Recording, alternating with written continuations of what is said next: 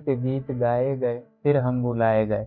हम वहाँ जा न सके जहाँ धुओं का गुबार था, कुछ ऐसा हमारा प्यार। क्या लगता है आपको, लोगों को घूमने की ललक कहाँ से लगी? क्या वो पक्षी होंगे जिनको देखकर घूमने की ललक लगी होगी?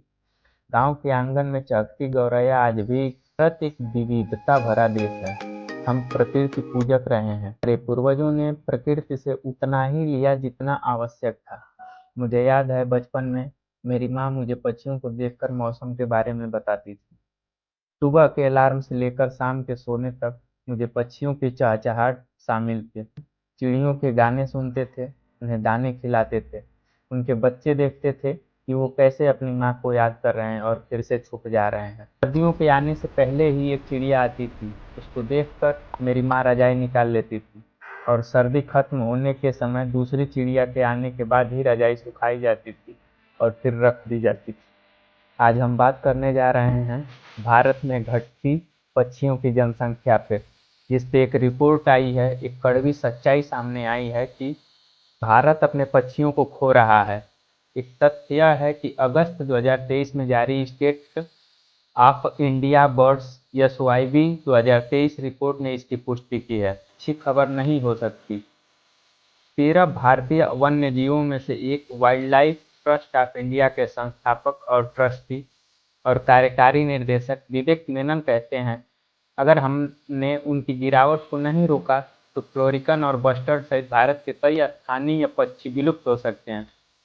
वे संगठन जिन्होंने SYB पहल का समर्थन किया, रिपोर्ट जिसमें भारत की 1317 पक्षी प्रजातियां पाई जाती हैं, जिनमें से 942 का आकलन किया गया और हम इस निष्कर्ष पर निकले कि 338 प्रजातियों में से 60% में से 30 वर्षों में लगातार गिरावट देखी गई और 359 प्रजातियों में से 40% में पिछले 8 वर्षों से वार्षिक गिरावट देखी गई। अन्य 323 प्रजातियों को मध्यम प्राथमिक के रूप में वर्गीकृत किया गया है। IUCN लाल सूची मूल्यांकन के 14 प्रजातियों की सिफारिश करता है। उनमें से भारतीय रोलर कोराइसियास बेंगालेंसिस, जिसे स्थानीय रूप से अपनी नीली पंखुड़ी या नीलकंठ के नाम से जाना जाता है, जो वर्तमान में IUCN लाल के कम से चिंताजनक प्रजाति के रूप में सूचीबद्ध है। दूसरी ओर विश्व स्तर पर लुप्तप्राय, कमजोर या लगभग खतरे में मानी जाने वाली 14 SIUIB मूल्यांकन में निम्न प्राथमिकता में वर्गीकृत किया गया है। तेजी से गिरावट में आने वाले पक्षियों में बस्टर्ड और कॉर्सर जैसी खुले निवास स्थान वाली प्रजातियां हैं। नदी के रेतीले क्षेत्र में घोंसला बनाने वाले पक्षी जैसे स्कीमर और पुस्टर्न, तटीय पक्षी, खुले देश के रैप्टर और बत्तख शामिल हैं।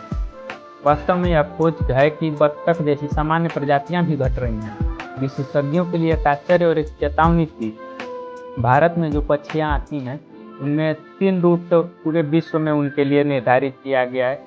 प्रवासी पक्षियों की लगभग 370 प्रजातियां इन 3 फ्लाईवे से आती हैं या माइग्रेशन करती हैं। पहला है मध्य एशियाई फ्लाईवे CAF के द्वारा, दूसरा है पूर्वी एशियाई ऑस्ट्रेलियन फ्लाईवे और तीसरा है एशियाई पूर्वी अफ्रीकी फ्लाईवे के माध्यम से भारत आती हैं। 80% से अधिक पक्षी CAF के माध्यम से आते हैं और इनमें से 87 प्रजातियां उच्च संरक्षण चिंता का विषय हैं।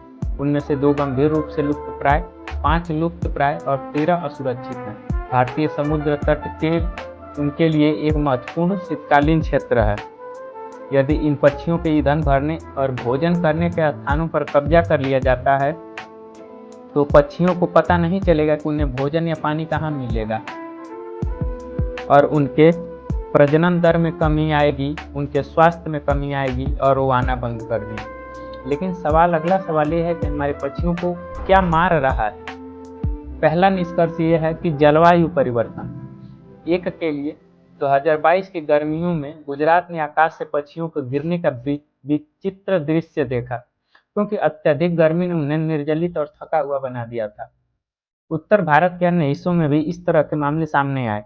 जलवायु परिवर्तन पर अंतर सरकारी पैनल IPCC के अनुसार पिछले 150 वर्षों में वैश्विक औसत तापमान में 0.8 डिग्री सेल्सियस की वृद्धि हुई है।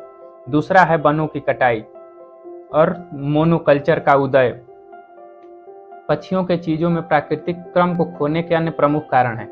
काफी, चाय, रबर, सागौन और आयल पाम जैसे मोनोकल्चर वृक्षारोपण एकल वृक्ष प्रजातियों को बनाए रखते हैं, क्योंकि उनकी कटाई आसान होती है। इससे बड़े पेड़ों और पेड़ों के आवरण को नुकसान होता है, जिससे वे पक्षी प्रभावित होते हैं जो ऊंची या पतली शाखाएं पसंद करते हैं। राजस्थान के शुष्क पर्णपाती और उष्णकटिबंधीय कांटेदार जंगलों के साथ साथ हिमालयी ऊख के जंगलों में अध्ययन से पता चलता है कि कम छत्र आवरण, कम झाड़ियां और पेड़ों की ऊंचाई ने पक्षी विविधता पर प्रतिकूल प्रभाव डाला है।